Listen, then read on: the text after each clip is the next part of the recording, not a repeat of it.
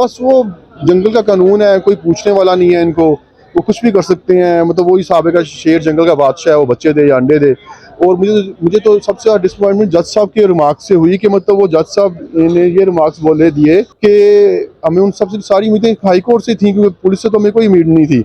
उन्होंने बोला कि जी उन्हें किसी वकील की बात पे गुस्सा आ गया, तो उन्होंने बोला कि जी वो वहाँ पे फूल लेने गई थी, लिबर्टी करने के गई थी। मतलब जैसे लिबर्टी इंडिया में है या इवन लिबर्टी जाना भी गुनाह है। उसके बाद वो वकीलों ने बोला कि चलिए अगर आपको मेरी किसी बात से आपको बुरा लगा है तो आप मैं सॉरी करता हूँ, लेकिन इसमें वो इफेक्ट जो है वो इफेक्ट होंगे, उनके बच्चे इफेक्ट होंगे।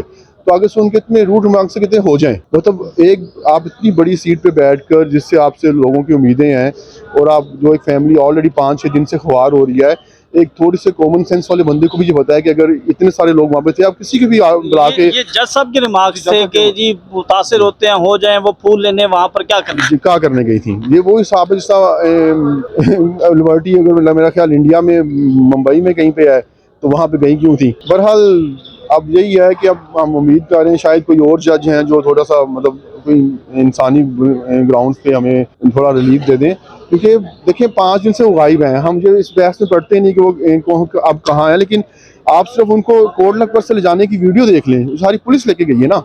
तो आप पुलिस से पूछें कि वो कहाँ लेके गए हैं। 12 लोगों की फैमिलीज मौजूद थी, सबके सामने ये हुआ है। मतलब वहाँ पे 2-3 यूट्यूबर्स मौजूद थे।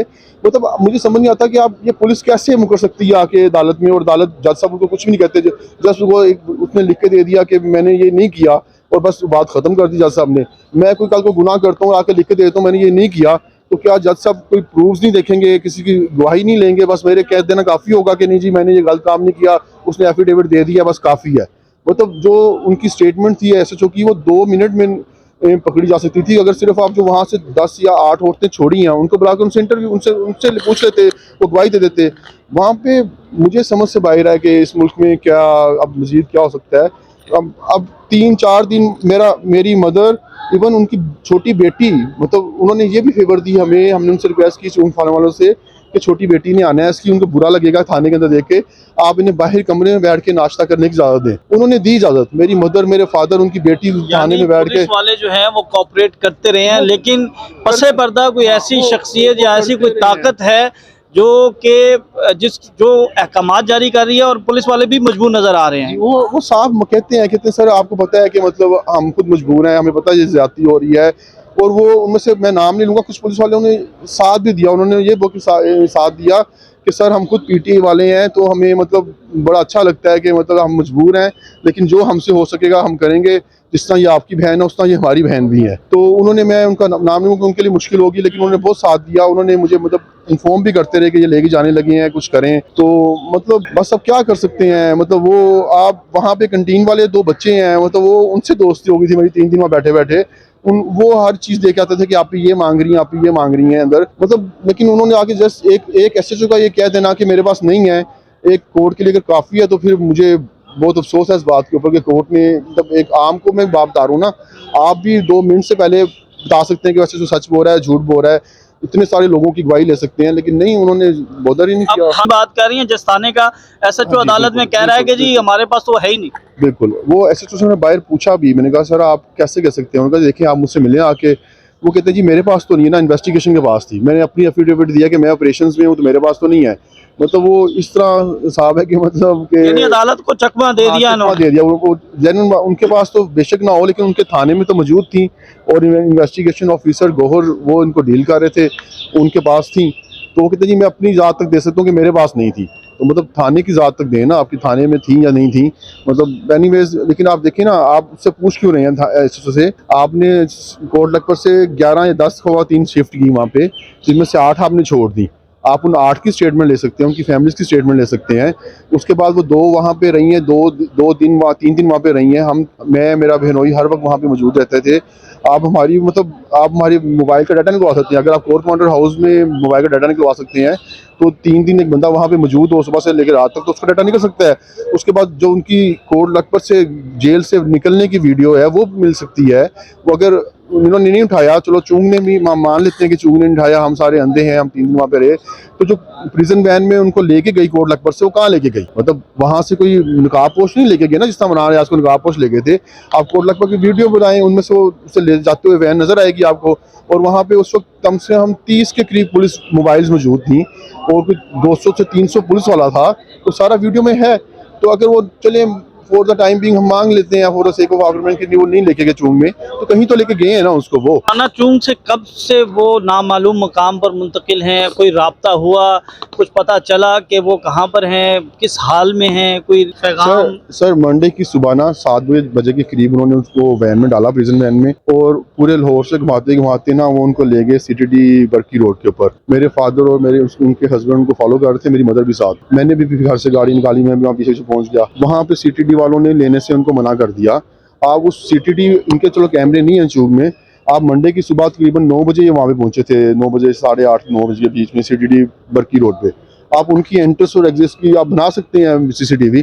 उसके बाद वो वहाँ से दोबारा स्टार्ट हुए हैं, घुमाते फिराते उनको लेके गए हैं चूंग में। फिर हमें लगा कि क्योंकि उन्होंने मना कर दिया, हो सकता है आप इसको ये यहीं रखें। जब हमने रिट दायर की तो उन्होंने मुझे बोला कि आपने रिट क्यों की है, हम आपसे इतना अच्छा सलूक कर रहे थे, आपको प्रोटोकॉल दे रहे थे, हमने इनका ख्याल रखा हुआ था, आपने रिट क्यों की? मैंने उन्हें बोला कि यार मतलब आपने बेशक ख्याल रखा हुआ था, लेकिन मेरी बहन 4 दिन सामने पकड़ी हुई है, मतलब मैं अगले 5 दिन भी इसको यहीं रखूँ? मतलब ये तो कोई तरीका नहीं ना कि मतलब अगर अच्छा आपको प्रोटोकॉल दे रहे हैं, अच्छा आपको मिलने दे रहे हैं। प्रोटोकॉल है रखा तो गैर कानूनी हुआ है ना। किस कानून के तहत, कौन सा मुकदमा दर्ज है कि आपने जो है वो? आपकी ये कंप्लेन बनती नहीं, मेरी कंप्लेन बनती है कि आपने 3 दिन से मेरी बहन को निजायज रखा हुआ है यहाँ पे। तो उन्होंने कहा ठीक है जी, आप जहाँ पे जाएगी आप वहाँ पे मिल भी नहीं सकेंगे। तो हम भी बैठे रहे। शाम को फिर उन्होंने उनको शिफ्ट करने की कोशिश की, तो मेरी बहन ने वहाँ शोर डाल दिया। उन्होंने कहा जी या तो मेरे भाई को बुलाएं बाहर से, या फिर लेडीज पुलिस बुलाएं और हमें घसीट के ले जाएं। तो मुझे उनका फोन आया कि अपनी बहन को समझाएं एक बंदे का कि वो जबरदस्ती करेंगे। तो फिर मैं अंदर गया तो मैंने उसे समझाया कि यार अब वो लेके जाएंगे ना, तो आप चली जाना, हम बाहर खड़े हैं, मेरी गलती है। जब मैंने उसे कहा कि आप चले जाना, मैं बाहर खड़ा हूँ। हुआ ये कि जब उन्होंने पहले प्रिजन वैन निकाली ना, तो मुझे ये हुआ कि उन्होंने मुझे बाहर निकाल दिया थाने से, और उन्होंने फिर प्रिजन वैन में डाल के सब उसे बाहर निकाला ना, तो मुझे लगा कि प्रिजन वैन में वो होगी। तो मैंने उस प्रिजन को फॉलो करना शुरू कर दिया। मैंने आगे फोन करके कह दिया प्रिजन को फॉलो करो, हम सारे उसको फॉलो करते रहे। धर्मपुर जाके वो प्रिजन वैन ना खराब हो गई, तो मैं उतर के गया। मैंने उनसे पूछा अंदर कि इसमें सनम जावेद है? उन्होंने कहा नहीं इसमें नहीं है। तो मैं फिर वापस अपने कजन से मिला, जो कजन को मैं छोड़ के आया था, उसका फोन ऑफ हो गया हुआ था। उसने बताया कि 9 बजे के करीब आपके निकलने के 15 से 20 मिनट बाद अंदर 3 से 4 पुलिस मोबाइल्स आई हैं, जिसमें एक SP था और एक सीनियर पुलिस ऑफिसर भी थी फीमेल, और एक कोई बंदा है जो वाइट शर्ट और ब्लैक पैंट में टाई वाला था। वो ऐसा लग रहा था कि जैसे वो मजिस्ट्रेट हो, लेकिन आई डोंट नो कौन था। तो उनके वो सारे उन्होंने पुलिस वालों को पीछे कर दिया। उन्होंने उसमें डाला, SP ने उनको अपने साथ वैन में, और वो लेके गए हैं रात को 9 बजे। उस 9 बजे के बाद वो कहाँ लेके गए हैं, किधर लेके गए हैं, नो आइडिया। मतलब हम लोग तब से ढूंढते फिर रहे हैं कि शायद कहीं। हमने उस रात हर थाने में जाके चेक किया कि यहाँ पे है, उन्होंने कहा नहीं यहाँ पे तो नहीं आई। तो थोड़ी सी गलती मेरी है, क्योंकि पहले वो नहीं जा रही थी, लेकिन स्टिल अगर वो नहीं भी जाती तो उन्होंने उसे मैन हैंडल करके ले जाना था, इंडिया उन्होंने ले तो जाना था उनको। तो उसके बाद से कोई नहीं पता, और मतलब जज के पास आए थे उम्मीद से कि ये कुछ मतलब एक बिल्कुल एक रियासत का शहरी जो है वो किसके पास दाद रसी के लिए जाए, किसके पास जाकर अपनी रुदात सुनाए, किसके पास जाकर अपनी शिकायत लगाए? सर अगर तो आप पाकिस्तान में रहते हैं और एक आप आम आदमी हैं, तो आपकी सबसे पहले कोशिश अब ये होनी चाहिए कि आप किसी भी तरह करके पाकिस्तान से बाहर शिफ्ट हो जाएं। पहले मुझे लोग कहते थे क्योंकि आपके पास बाहर की डिग्री, आप पाकिस्तान में अपना टाइम ज़ाया कर रहे हैं, बाहर जाएं। मैं कहता था नहीं यार ये मेरा मुल्क है, मतलब यहाँ पे अपने लोग हैं, थोड़े पैसे कम मिलते हैं बाहर से, लेकिन चलो मतलब लोग तो अपने हैं ना कम से कम। लेकिन सर अब मैं सबको ये बोलूंगा कि अगर आप अपने बच्चों को बाहर भेज सकते हैं इस मुल्क से तो बिल्कुल भेज दें। वो तो आपको बाहर भेजना चाह रहे हैं ना, आप अपने हकूक की असल चीज है कि आप में शऊर है। सनम जावेद में शऊर था। अब जब इन्होंने देखा कि ये शऊर वाले लोग जो हैं वो हमसे सवाल कर रहे हैं, हमसे पूछ रहे हैं और हमारे गिरेबान तक पहुंच चुके हैं। सनम जावेद का अगर वो लिख कर दे देती कि मैं बयान नहीं दूंगी, वो लिख कर दे देती मैं दोबारा शरीक नहीं होंगी, तो उसे तो छूट जाना था। अगर आप लोग जो है वो अब इतनी मुश्किल जो है वो वक्त देखने के बाद अगर आप खामोश हो जाएंगे तो फिर कैसे ये मुल्क तब्दील होगा? कौन तब्दील करेगा? खामोश नहीं हुए सर, अभी भी देखिए हम कोर्ट में खड़े हैं, अपनी उम्मीद करेंगे शायद कोई हमारी बात सुने।